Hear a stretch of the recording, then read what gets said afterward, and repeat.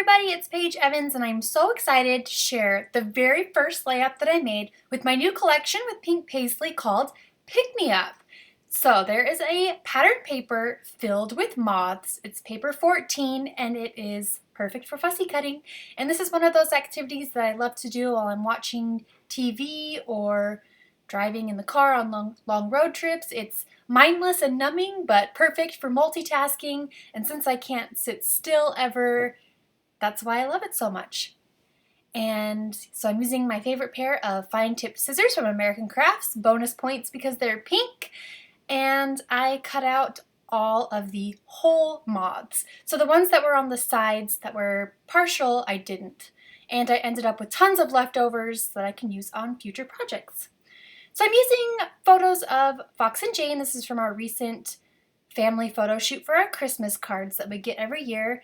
And you can see in the background I have 3 pinkish pattern papers. I'm not sure which one I want to use, so you will see me play with the backgrounds and finally settle on one.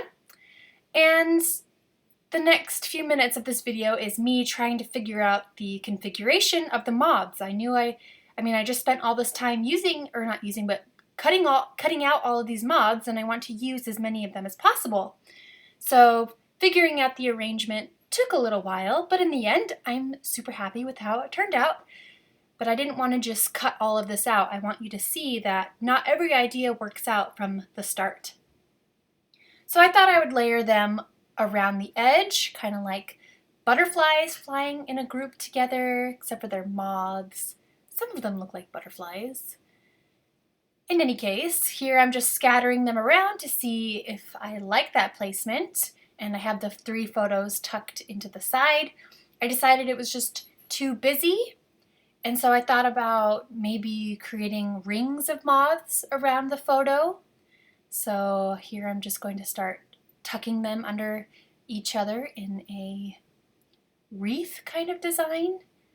And I thought about maybe even doing it in rainbow order, so putting all the blue moths together, all the pink moths together, all the yellow moths together, but again, it just kind of looked like a hot mess to me. You couldn't really tell that they're moths.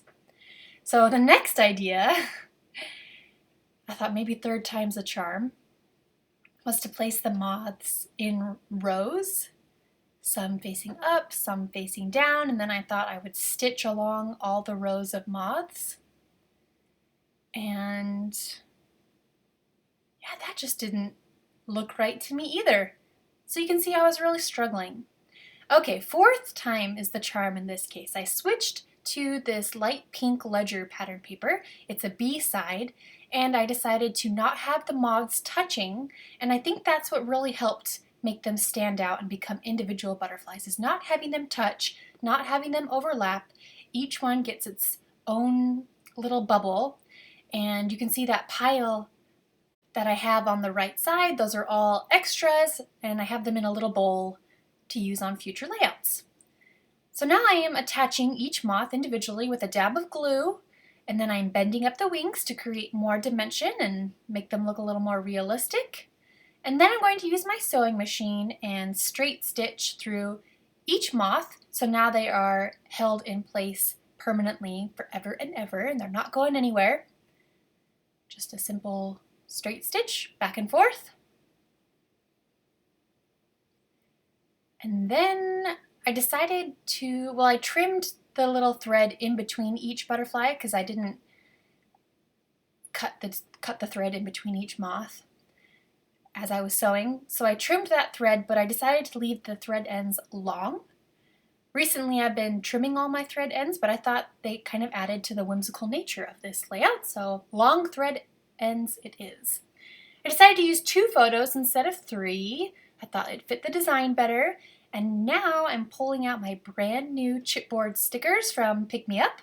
I almost said turn the page. Time to switch over. This is a brand new collection. It's called Pick Me Up. And just adding a few more sentiment stickers here and there. There's a 6x12 sticker sheet. There's a 6x12 chipboard sticker pack, front and back. And just tucking in some sentiments here and there that I thought fit with these cute pair of photos. Happiness, always, you amaze me, love, Adding some puffy stickers. There's some teeny tiny stars and flowers. So these will be great finishing accents on layouts. They can go pretty much anywhere. You can always find a place for a little tiny flower, a little tiny star or heart.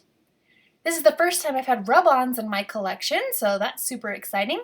There are these tiny little clusters of hearts, so I cut out 2 bunches of them, and I'm finding an open spot, rubbing over it with a popsicle stick, and then removing the protective sheet. Journaling along here on the right side, I'd like to draw my lines first with a pencil to make sure I like the placement. Now I'm writing my journaling with a .01 black precision pen. It's my favorite pen, my go-to pen.